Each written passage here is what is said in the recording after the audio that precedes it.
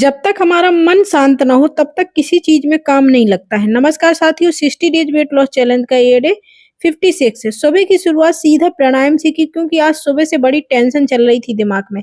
मेरी गुड़िया रानी बहुत बीमार थी। फोन आया जैसे ही तो मैंने कहा, फिर मेरा मन ही नहीं लगा ना बाहर टहलने में ना किसी चीज को करने में। बस जैसे तैसे ब्रश किया। मैंने कहा चलो यार अपने आप को, क्योंकि ज्यादा टेंशन लेने से कोई फर्क नहीं पड़ने वाला। वो तो इलाज हो ही रहा, वो ठीक हो रही है, लेकिन मैं यहाँ टेंशन लेके मैं खुद बीमार हो जाऊंगी तो प्राणायाम करने बैठ जाती हूँ।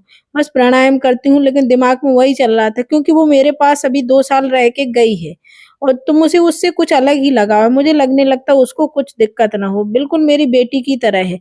लेकिन कुछ नहीं, वो अब ठीक है। उसको फीवर इतना ज्यादा बिगड़ गया था कि जिससे उसे अस्पताल में भर्ती होना पड़ा। इसीलिए सुबह ही सुबह मुझे 5 या साढ़े 4 बजे फ़ोन आ जाता है कि बहुत ज़्यादा दिक्कत है, अभी लेके जाना पड़ेगा हमें।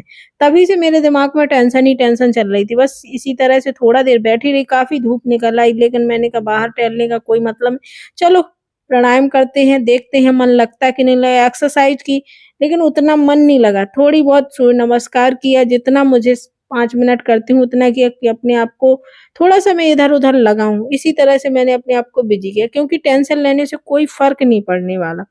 लेकिन फिर धीरे-धीरे मैंने अपने आप को समझा लिया और एक्सरसाइज़ करने लगी। इसी तरह से मैंने 5 मिनट सूर्य नमस्कार किया, फिर और भी एक्सरसाइज़ 30-30 ज़्यादा नहीं तो 30-30 करके खुद को थोड़ा-सा एक्टिव किया। नहीं तो इस तरह से अगर मैं एक जगह बैठी रहती, कोई चीज़ नहीं करती, तो और भी ज़्यादा मेरे माइंड पे प्रेशर पड़ता है और लगता है कि वो कैसे ठीक होगी, कैसे भी क्या होगा।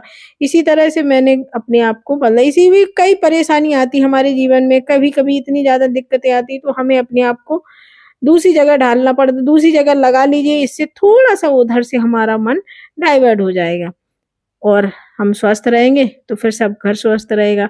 हम स्वस्थ रहेंगे तो जो बीमार है उसका भी ख़्याल रख पाएँगे। अगर हम बीमार हो गए, जो बीमार है वो तो ठीक है, अगर हम ही ज़्यादा टेंशन लेके बीमार हो जाएँगे तो फिर कैसे ठीक होंगे? इसी तरह से पूरा मैंने अपनी एक्सरसाइज़ जितनी मैं डेली करती हूँ उतनी तो नहीं, लेकिन कुछ तो मैंने की थी कि जिससे मेरा माइंड डाइवर्ट हुआ और फिर धीरे-धीरे मैंने इसमें अपने आप को ढाल लिया।